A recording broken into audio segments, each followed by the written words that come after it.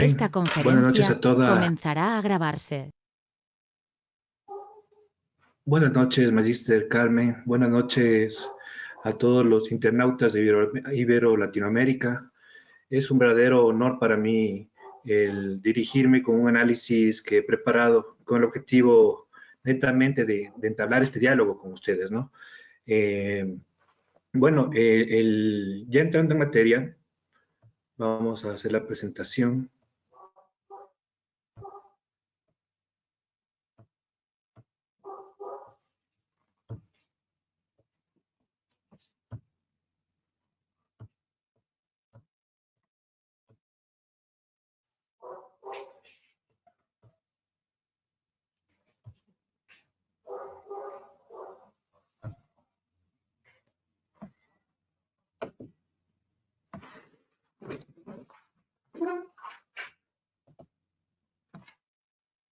Perfecto. No sé si ya se comparte la imagen, si se puede visualizar. Sí, doctor, ya se comparte y se ve muy bien. Ya, muchas gracias. Bueno, el nombre que le he puesto a esta ponencia es el análisis crítico de la doctrina penal del enemigo. Mi planteamiento viene a ser una propuesta de diálogo interdisciplinario, ¿no?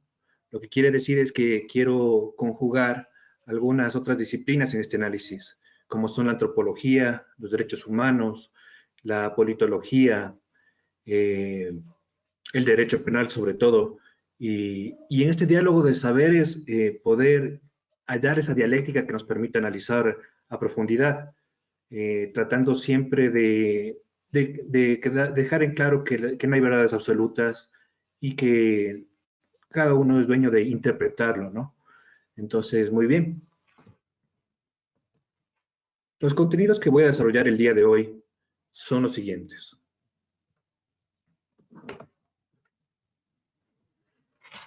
Por una parte tenemos el derecho penal, un dispositivo para reducir la peligrosidad.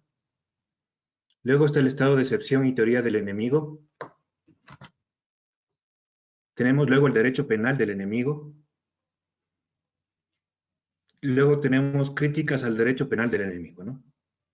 Finalmente, he resumido unas cuantas reflexiones finales que nos podrían aportar en este trabajo, en este taller de hoy día.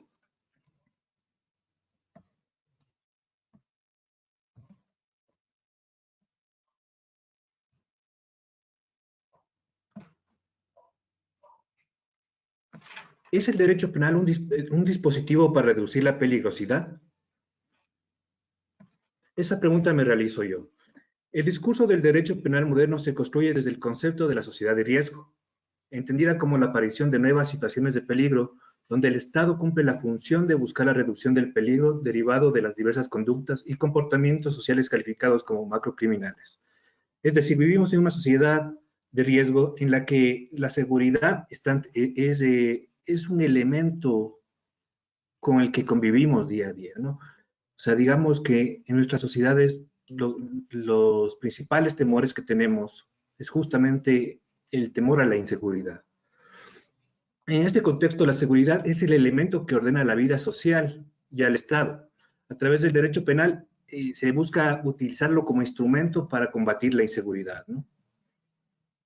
Valga agregarse que al derecho penal se le carga toda esta responsabilidad que viene a ser, como decía yo hace un momento, un trabajo interdisciplinar, que tendría que estar otras disciplinas, ¿no? Tendría que estar la sociología, tendría que estar la antropología, la econometría, diferentes ramas.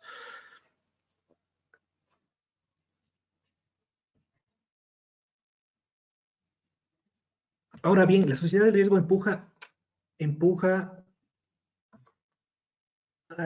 ahora bien, la sociedad de riesgo empuja a través de la opinión pública a la aplicación de una política criminal simbólica y punitivista. ¿Qué quiere decir? La opinión pública, como parte de esta sociedad de riesgo, viene a insertar o digamos, a invadir el campo del derecho penal a través de una presión que ejercen, una presión externa que viene a poner en una situación de que el derecho penal es el obligado a solucionar el tema de la seguridad. En este sentido se desarrollan dos categorías que son importantes para este análisis, ¿no? Por una parte está el punitivismo. Entendemos por punitivismo la incorporación al ordenamiento jurídico de nuevas normas penales pensadas para el endurecimiento de las penas. Es muy común en nuestros países y en realidad en todo el mundo que frente a la inseguridad se tenga como medida, no sé si se quiere, paliativa o emergente o reactiva el endurecer las penas. Otra categoría que viene como influjo o como reacción de la opinión pública de esta presión es la política criminal simbólica. Por política criminal simbólica nos referimos a aquella criminalización desproporcionada que incluso puede carecer de una aplicación práctica y que se aparta del objetivo principal del derecho penal y de la pena, que es utilizar la sanción penal como un medio para transmitir a la población una imagen de autoridad fuerte. ¿Qué nos quiere decir eso? Teníamos el primer elemento, la opinión pública. La opinión pública presiona al Estado, presiona a los gobernantes a que busquen una salida inmediata a esto. Entonces, en esta construcción que es la política como esta construcción simbólica, algunos gobiernos, algunas autoridades empiezan a utilizar la política criminal simbólica como para ganar legitimidad. Es decir, empiezo yo a mostrar frente a los ciudadanos un mensaje de que soy una autoridad fuerte y que estoy combatiendo de la manera más fuerte a la inseguridad. Entonces, como decía, esta política criminal simbólica y este punitivismo vienen a ser un influjo o una reacción frente a lo que puede ser la presión de la opinión pública, ¿no?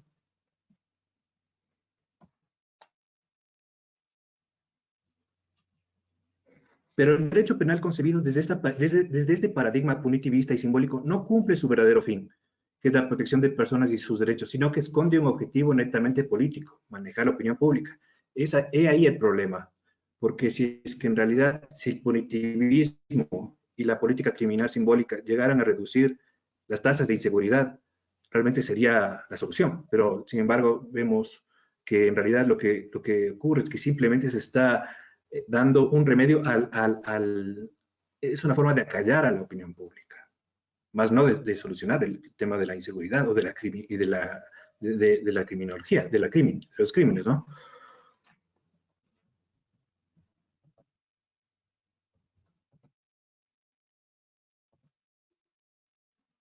Estos son los antecedentes o el contexto al que yo me quiero referir para explicar el derecho penal del enemigo. Ahora les quiero presentar lo que yo considero que es el antecedente teórico de la formulación del derecho penal del enemigo.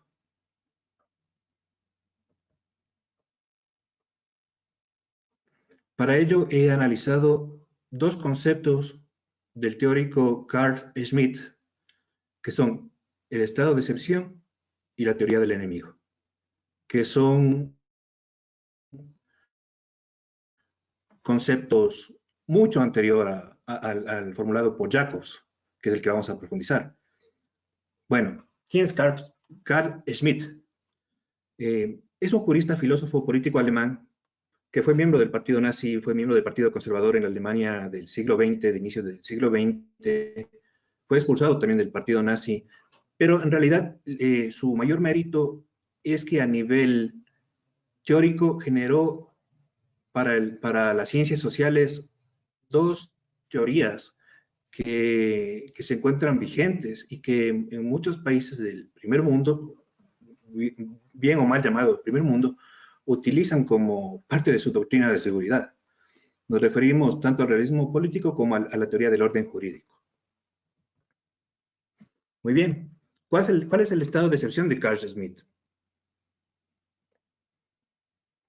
Para Schmitt hay una diferencia entre el estado de excepción y los poderes de emergencia, lo que conocemos también como estado de emergencia en nuestros países, ¿no? y consiste en que el Ejecutivo puede ejercer una circunstancia para salvaguardar la Constitución. El estado de excepción se basa en la necesidad de proteger a la Constitución en contra de un ataque que puede venir desde afuera o un ataque que puede venir de enemigos desde adentro. Esto significa que la excepción se opone radicalmente a la norma. Es decir, el estado de excepción viene a ser una decisión de la autoridad, en este caso los presidentes, de salvaguardar el orden jurídico, de salvaguardar la Constitución. Al menos en la teoría de Carl Schmitt, a inicios del siglo XX, eso era su planteamiento, ¿no?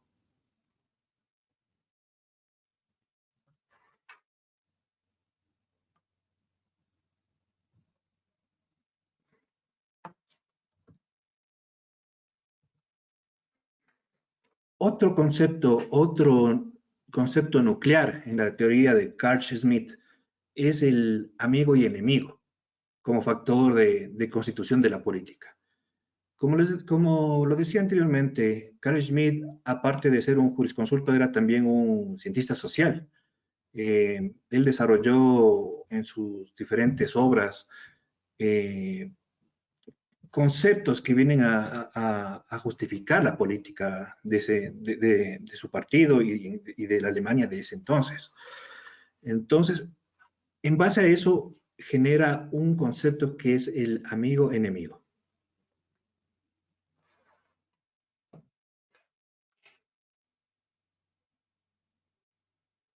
El amigo-enemigo es el otro. El enemigo es el otro, el que no puede incluirse en nosotros. Es el que tiene que ser excluido. Es el que tiene que estar por fuera de nuestra sociedad. Por lo tanto, no debe tener consideración moral alguna, a diferencia de lo que ocurre con el jus hostis, ¿no? Entonces, ¿qué pasa? Que teóricamente se genera una división en la sociedad, ¿no? Si se quiere, digamos, se excluye al otro. Lo que no ocurría, porque, pues, como todos conocemos, el derecho tradicional lo que busca es que todos se cohesionen bajo un ordenamiento jurídico, pero nunca excluirle del ordenamiento jurídico a determinados sujetos del Estado. Entonces, bueno, esos son los antecesores de eso. Aquí está una frase de Jacques Derrida, que es un filósofo francés de finales del siglo XX, con un análisis también del amigo-enemigo, ¿no? Entonces, ¿qué nos dice él? La política es el juego de la discriminación entre el amigo y el enemigo.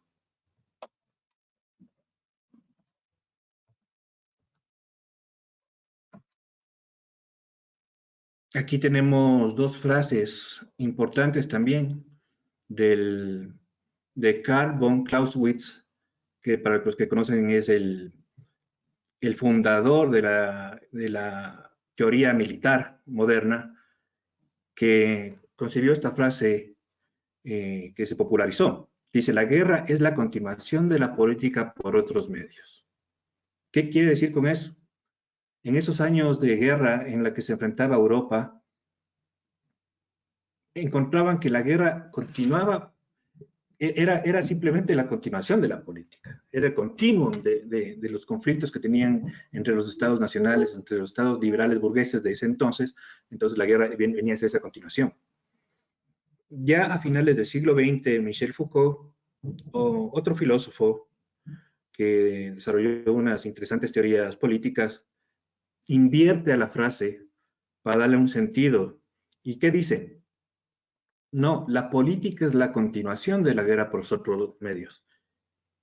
¿Qué nos quiere decir eso? De que la sociedad se encuentra en constante guerra, en constante lucha, y que la política es justamente el reflejo de lo que está pasando en la sociedad, de esa conflictividad. Entonces, si vivimos en una sociedad de guerra, la política simplemente es la continuación de eso, es la proyección de la sociedad de la guerra.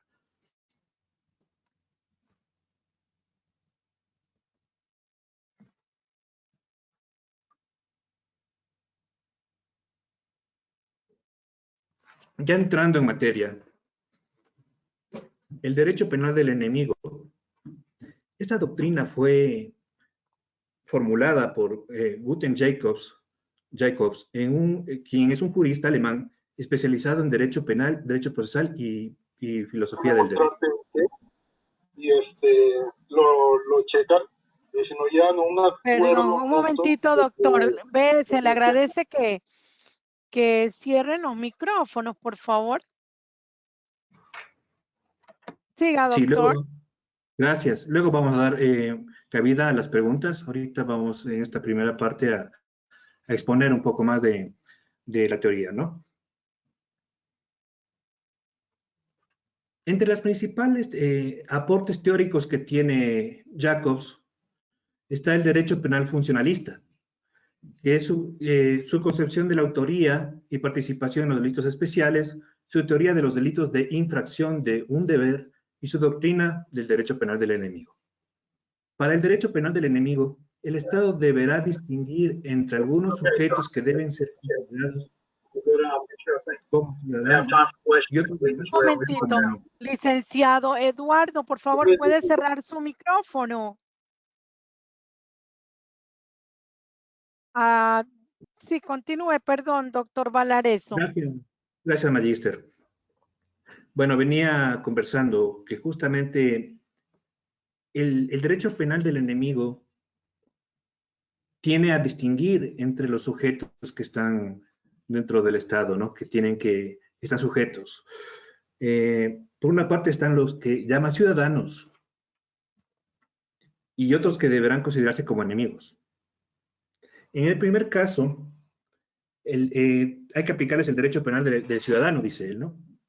Los que son ciudadanos, los que están incluidos dentro de la sociedad, los que han, de cierta forma, han cumplido o están disciplinados al ordenamiento jurídico.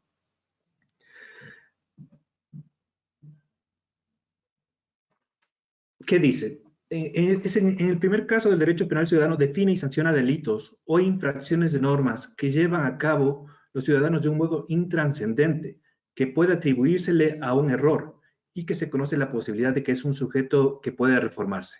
En este caso se aplicará un derecho penal del ciudadano, o Burgenstrafrecht.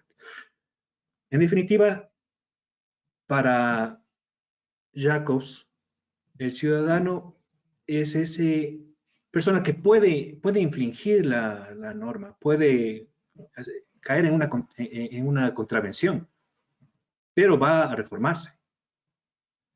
Por otra parte, en cambio, dice, en el segundo caso, define al enemigo. Recordemos el enemigo que daba Carl Schmitt, ¿no?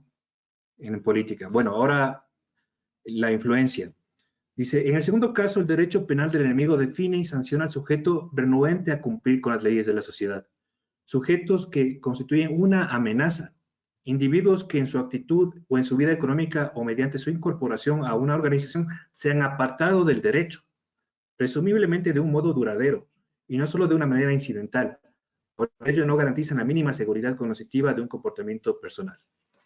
Al tratarse de sujetos que no van a aceptar las normas como pautas de su comportamiento y que no buscan reformarse, no hay garantías de que ellos puedan integrarse nuevamente a la sociedad. Por lo tanto, lo que corresponde es aplicar el derecho penal del enemigo para proteger a la sociedad entera de su peligrosidad. Consecuentemente, el derecho penal despoja a estos sujetos de su calidad de persona, excluyéndolos de la sociedad, ¿no? Jacobs dirá que son no personas estos enemigos de la sociedad, enemigos del Estado.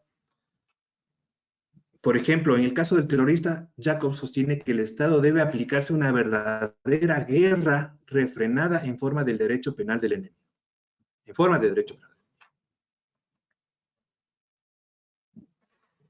La doctrina de Jacobs afirma que el terrorista sería un enemigo internacional o de todas las naciones. Es un enemigo común. De tal manera, sostiene que es el derecho penal internacional el que tiene que perseguir y reafirmar normas de comportamiento a fin de hacer respetar la vigencia del derecho, ¿no? Para Jacobs, los derechos humanos no alcanzan a construir normas jurídicas suficientes en este sentido. Por tal manera, lo que Jacobs asegura es que es el derecho penal internacional el que tiene que juzgar, que tiene que influir en estos enemigos, ¿no? Que tiene que juzgar. para la reflexión, pero en realidad, ¿a quiénes se les llama estos enemigos en las sociedades actuales? Por lo general son a los terroristas, ¿no? Pero en realidad el terrorista deja de ser humano por el hecho de carecer de humanidad, o se trata más bien de otro ser humano mal comportado. Estas son preguntas que debemos realizarnos para nuestra reflexión.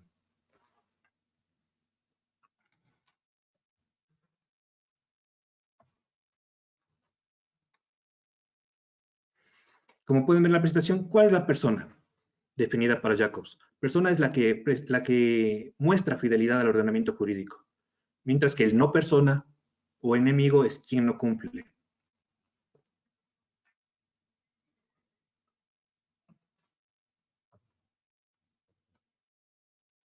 Muy bien, pero ¿cuáles son las características básicas de esta doctrina?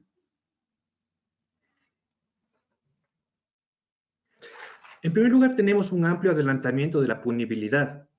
Reemplazar la lógica retrospectiva del sistema punitivo por una lógica prospectiva, por un aumento de la magnitud de las penas en contraste con el derecho penal de ciudadanos, desproporcionalidad en las penas. La doctrina del derecho penal del enemigo de Gutten-Jacobs tiene como principal estructura la distinción de la aplicación penal según la intensidad de la ofensa. Entonces, si hablamos de un adelantamiento de la punibilidad, el objetivo de esta doctrina es, antes de que se cometa el delito, antes de que el autor cumpla con su objetivo, ya se lo tiene que detener.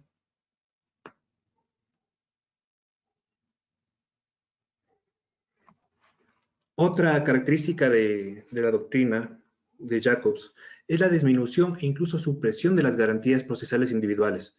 Esto último incluso hace hablar a algunos de un derecho procesal penal del enemigo. ¿Qué tipo de garantías procesales individuales pueden ser las suprimidas? O sea, si hablamos de combate al terrorismo, por ejemplo, sabemos de temas como escuchas o interceptación de información, ¿no? Por ejemplo. 3. El surgimiento de un segmento especial del derecho penitenciario, destinado a ser aplicado en contra de los destinatarios del derecho penal, un derecho excepcional. Entonces, si hablamos de un derecho penitenciario especial o exceptual para ellos, por ejemplo, nos podríamos referir a Guantánamo, ¿no? Que es como ven ahí en el gráfico Guantánamo, es un centro de detención para terroristas.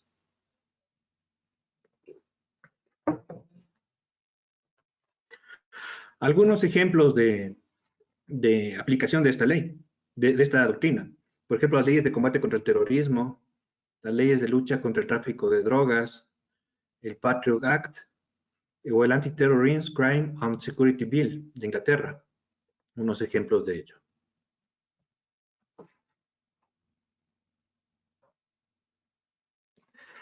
¿Qué ocurre con estas normativas? En virtud del combate al terrorismo se autorizan acciones y medidas tales como la intervención y escucha de comunicaciones telefónicas y electrónicas, registros domiciliarios secretos, la derogación del secreto que envuelve la relación del abogado-cliente, la imposición de censura, el juzgamiento de sospechosos en forma secreta, la facultad presidencial de definir que una persona sea juzgada por tribunales militares, la privación del derecho del acusado a elegir un abogado y la posibilidad de la presunción de inocencia, el ocultamiento de pruebas a cargo de las defensas y la improcedencia de la impugnación de algunas sentencias condenatorias. Esas son algunas de las acciones que han sido denunciadas por varios organismos de derechos humanos, ¿no?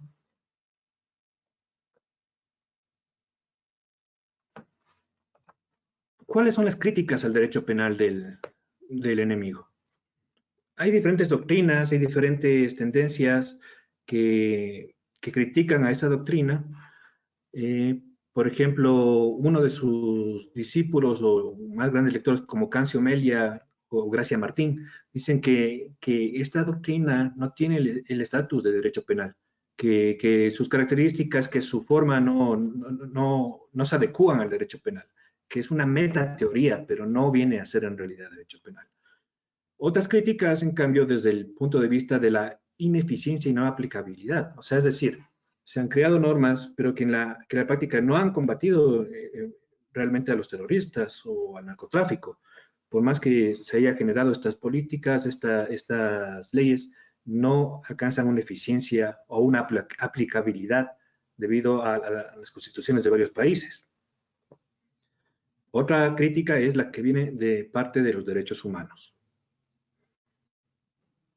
Tenemos también una crítica dentro de los derechos humanos que dice que es un instrumento del poder, es una tecnología del poder para criminalizar a la protesta social. Es una forma que utilizan algunos gobiernos, si se quiere, para criminalizar la protesta social o para perseguir a sus contrincantes, y de esta manera lo que hacen es aplicar este tipo de doctrina.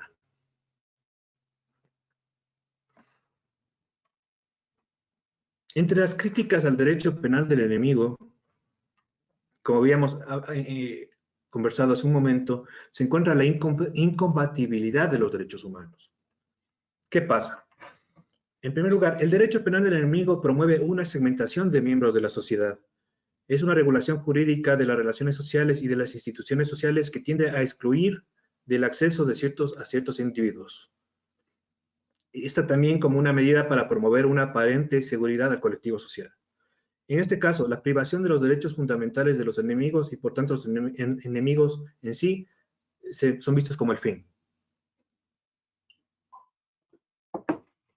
Una segunda crítica o argumento viene a ser que el Estado no habla con sus ciudadanos, sino que amenaza a sus enemigos. El desconocimiento de ciertos derechos esenciales en determinadas circunstancias se utilizan como mensaje a sus potenciales enemigos. Entonces se genera una sociedad de miedo en la que se acalla a las voces que contradicen, y entonces implicaría netamente una amenaza más que una forma de hacer justicia. Un tercer elemento de esta crítica desde la constitucionalidad o desde los derechos humanos está que el derecho penal del enemigo implica un ejercicio directo de pura coacción. Es un dispositivo de fuerza puesto al servicio de la exclusión, desconociendo la dignidad de las personas. Entonces, netamente no se lo utiliza como un derecho penal que busca el objetivo frente a la ley, una igualdad frente a la ley, sino implica un ejercicio directo de pura coacción o de pura exclusión. 4. El derecho penal del enemigo propone la aplicación de hechos sancionatorios excepcionales a quienes se estima como personas, como no personas, ¿no? Entonces, en pocas palabras, se protege a unos y se despoja de la dignidad a otros. Esta metateoría construye la categoría de no persona a partir de la violación del derecho penal de los ciudadanos. Como lo anota Gracia Martin, para infringir el derecho penal de ciudadanos se debe ser ciudadano y persona. Entonces,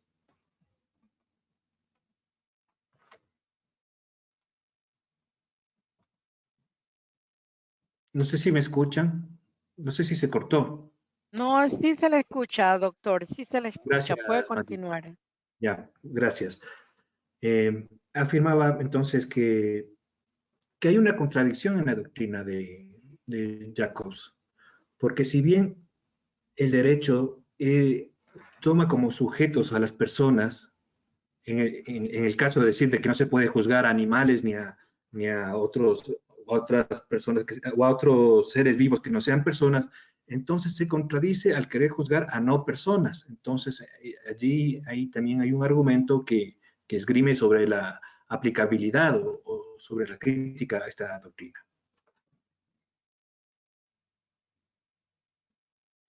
Por otra parte, tenemos que se termina aplicando a los ciudadanos una condición, a ver, es una decisión judicial, ni siquiera legal, la que define qué seres humanos y cuáles no son dignos, desconociendo que todas las personas merecen respeto e igualdad ante la ley. Entonces viene a ser, como decía el mismo, una contradicción, ¿no? Ya, vamos. El 5. El derecho penal del enemigo condiciona el estatus de ciudadano o persona. No es la naturaleza humana la que va a determinar el goce del bien jurídico, sino que depende de qué sujeto se manifiesta como fiel al derecho vigente. Solo es persona el que cumple su deber jurídico, y aquel que en su derecho de resistencia no lo es, termina siendo excluido como no persona.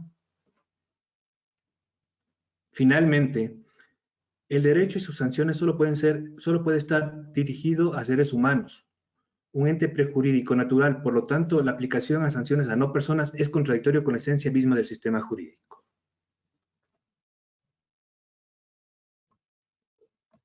¿Qué nos dice el artículo 1 de la Declaración Universal de los Derechos Humanos? Todos los seres humanos nacen libres e iguales en dignidad y derechos, y están dotados como están todos de razón y conciencia, y deben comportarse fraternalmente unos con los otros.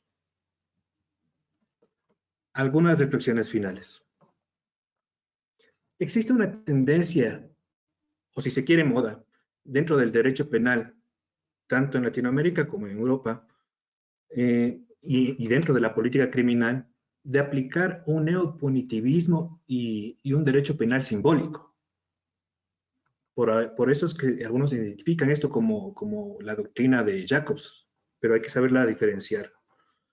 Existe un uso político por reivindicar una supuesta distinción entre sujetos que deben ser considerados como ciudadanos y otros que deben ser tratados como enemigos.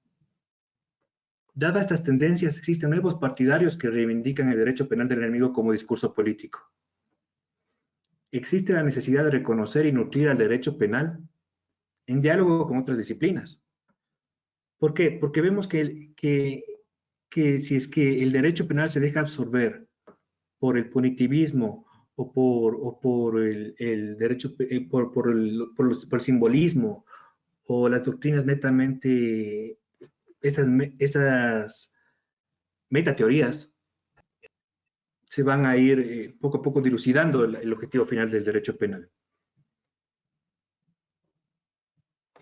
Luego de la Segunda Guerra Mundial se inauguró una nueva época en la cual la convivencia de los pueblos se cimentó en el respeto de la dignidad de todas las personas. En el constitucionalismo de dicha etapa, la dignidad humana se eleva a la categoría de núcleo axiológico. Por tanto, es el valor supremo la dignidad. El derecho no confiere vida o libertad, solo son dispositivos que protegen los bienes. Si hay dignidad, hay libertad. Por eso es que no se le debe cargar en la espalda al derecho penal todo esto, ¿no? Finalmente, surge así un derecho penal como instrumento de la política en la lucha de un derecho penal orientado a la responsabilidad individual de educar a la persona. Entonces, nuestros países, para atacar la inseguridad, tienen que ir a las estructuras y no al derecho penal, hacerlo como un instrumento de netamente punitivismo.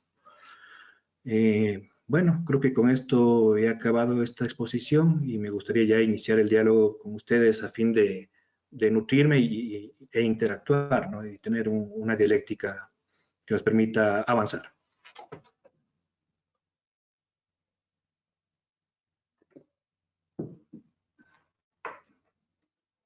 Gracias, doctor Magister. Valareso. Dígame. Buenas tardes nuevamente, buenas noches. Muy interesante esta conferencia que nos lleva, ¿verdad?, a lo que es el estado de excepción. Muy bien planteada.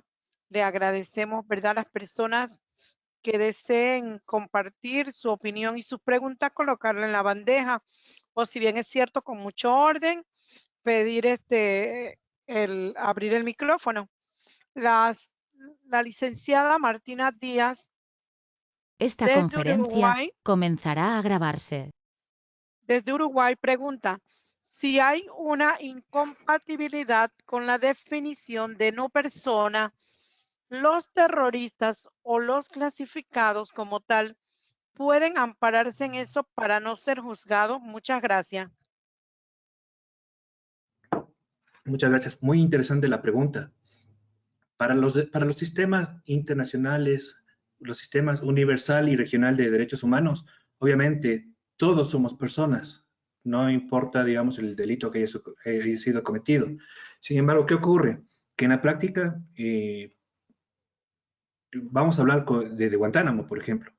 Hay personas que están allí y no son tratados como personas. Entonces, claro, habría que reforzar los sistemas internacionales de derechos humanos para que pueda alcanzar la universalidad de la dignidad de las personas.